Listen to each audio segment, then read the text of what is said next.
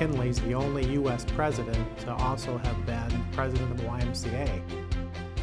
It gave me a home. It gave me a centerpiece in my life. The Y was one of the few places where people of different religions, different races could come together. There's very few that last 150 years with that kind of tradition.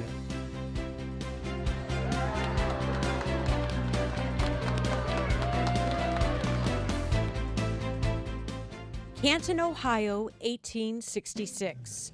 Soldiers turned civilians celebrate almost a year without the drums of war. Industry is booming. The town attracts many dreaming of a prosperous future, including William McKinley. He was just a boy at the beginning of the Civil War in 1861, and McKinley got into the administration of part of the war by the end, and he was a brevet major. Lincoln recognized him.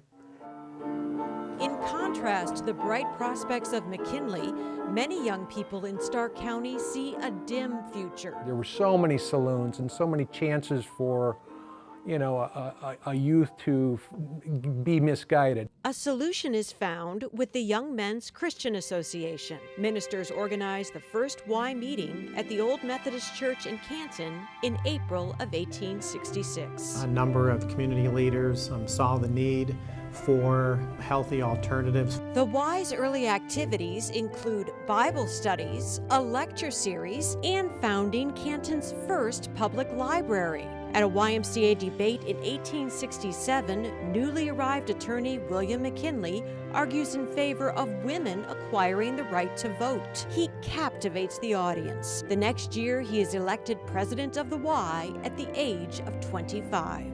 He acquires rooms for the Y in one of the most prestigious buildings in Canton, rent-free for 10 years. McKinley is elected prosecutor and keeps stepping up through various offices until he is elected president for 2 terms.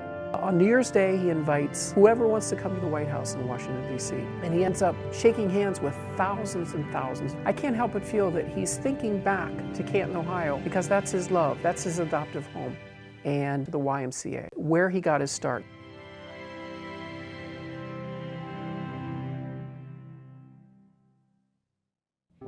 In 1886, the association is abuzz with talk of muscular Christianity. Pastor Toby. They coined this little funny phrase called muscular Christianity. And of course, they were very particular about what that meant at the time. It meant that you could work out, be fit, and also develop a good moral system for your life.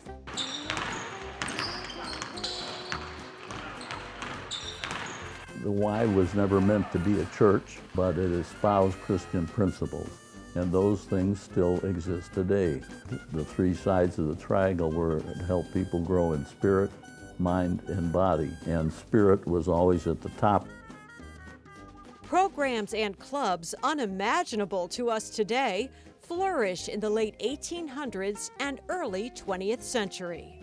The needs of our community are always changing. It's the first thing I want you to do. And it's great to partner with an organization like the YMCA, who's been around for years, making an impact in our community. In 1916, a new Y building is constructed. Young men drawn to Canton for work can live at the Y, enjoying activities, taking classes, and even finding jobs through a Y employment service.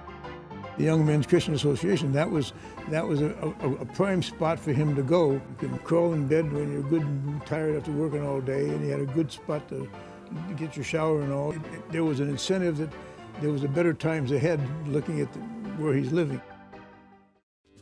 Near the turn of the century, the Y decides to build the first indoor swimming pool in Stark County. There was no filtration system. They just filled it up, and then when it got a little dirty, they dumped it and filled it up again. The first outdoor pool opens in the 1920s, thanks to the founder of the Hoover Vacuum Company, William Henry Boss Hoover. Hoover also begins the North Canton Community YMCA. Good job. Okay, ready? Some of the best swimmers in the state have come out of the Ys in this area. They do a fantastic job. Camping ties with swimming as the most popular YMCA childhood memory. Campers today arrive in cars, but years ago they found the path to adventure with their own 2 feet. Over 100 years ago, the youth would literally start in Canton and hike to the Portage Lakes at Camp Innuendoin, and they would stay overnight halfway and then get to the camp and have a camping experience. Later, the Y bought a larger property in Harrison County called YMCA Camp Tippecanoe. Many people say that resident camping is probably more transformational than any Y program we have. Thanks to many generous donors, thousands of youth can enjoy Y programs like camp, swimming, and childcare. It's because of the Y promise that no one will be turned away due to an inability to pay. Being a kid who was displaced all the time, never having a place to call home, this became home.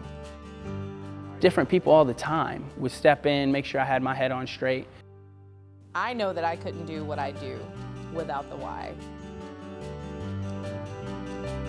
To think that moms who worked during World War II were able to benefit from programs like this just goes to show what legacy the Y had on communities nationwide. They've always been part of it. It's just that membership card, it came out in 1945, and really we are at a new level because of women in this organization.